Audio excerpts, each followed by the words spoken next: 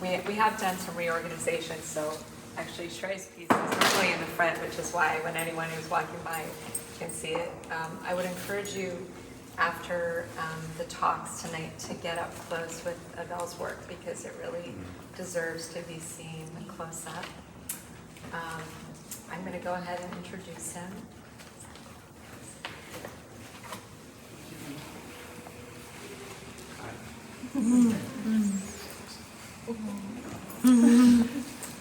Abel uses the power of illustrations to generate images that tell a story or describe a concept. He is an observer of the beauty of nature and curious about human processes. His main muse is the challenge of being able to graphically represent his thoughts or simply capture the qualities of what he observes. He likes extremes, the simple against the complex, the literal against the metaphorical, the natural against the artificial, the white against the black. Thank you, Abel. I'm going to turn it over to you.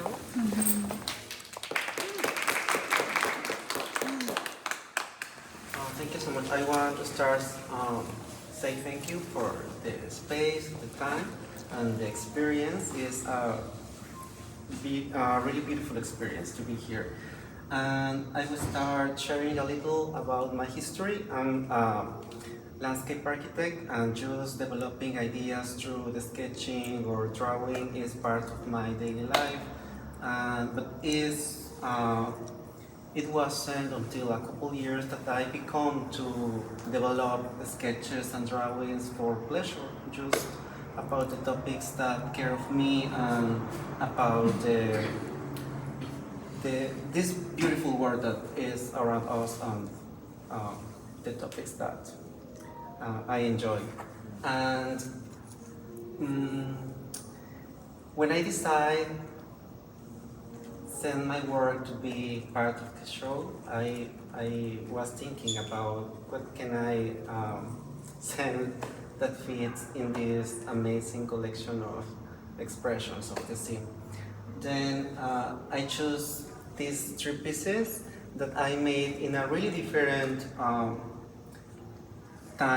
points in my lifetime.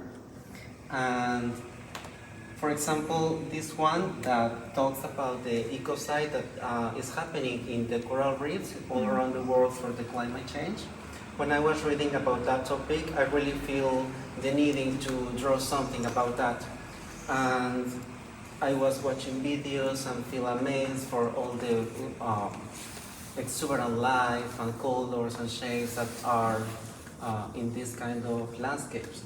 And then I draw first this one, trying to draw something about the ecocide. I draw this first one where I try to reflect this movement and a live ecosystem full of shapes. And then wasn't until Dia de Muertos that I was writing a calaverita, that is a Mexican cultural topic, and was until that time that I realized that the Catrina, the Mexican character, fits perfectly with what I want to talk about. Then I decided to draw the school and the coral reefs, that just like the hat that the Catrina holds, but just talking about this topic.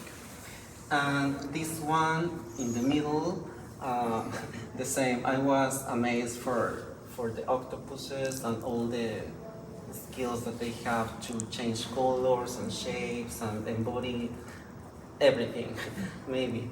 And then I was reading that they need a period to take care of the babies, that they are in the eggs, a long period. And then it's a season where it's really vulnerable, the octopus species, because we are getting from disease, and in this period, if the mom dies, all the babies dies, and then no more octopus. Then I was thinking how they can survive, and come to my mind this image, just if the octopus go in the school and make the shape of the brain, maybe they can be hidden and save its little life. just to finish, the story that I'm talking here is this is happening, this is real thing, and we have to think about how we can use our skills and maybe modify our concepts about how we live to preserve what we have already. This is.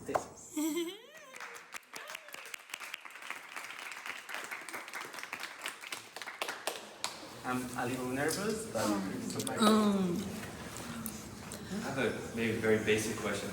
What is your medium and what are you using in your work? Yeah, for example, these two drawings, I did it ink on paper, Okay. and the original size are really, really small. Maybe, actually I print some postcards that are available for everybody in the table. And these have the original sketch, because when they accept my proposal, I digitalize the image and make it in a bigger format to print it in this medium. Then you can see a little differences that I made in this process to translate. And for example, this one is a little different too, but these ones are a little smaller than the ones that you are watching here. And this one I did it with an iPad. Then it was so much more easy to translate. I'm interested, thank you so much, in your relationship as a landscape architect.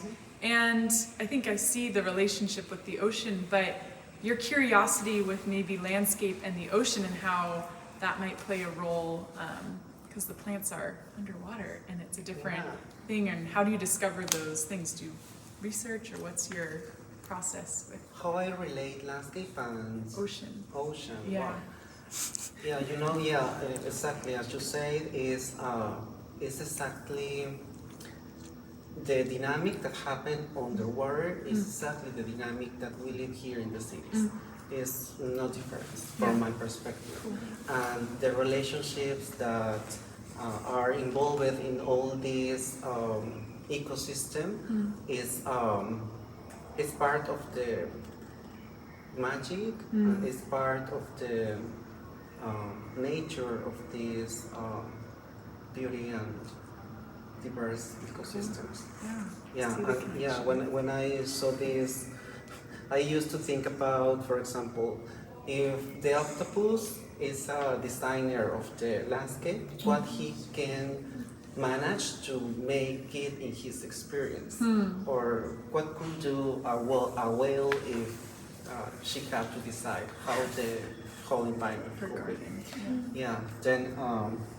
I'm always relating with my formation in my expression. Thank you so much.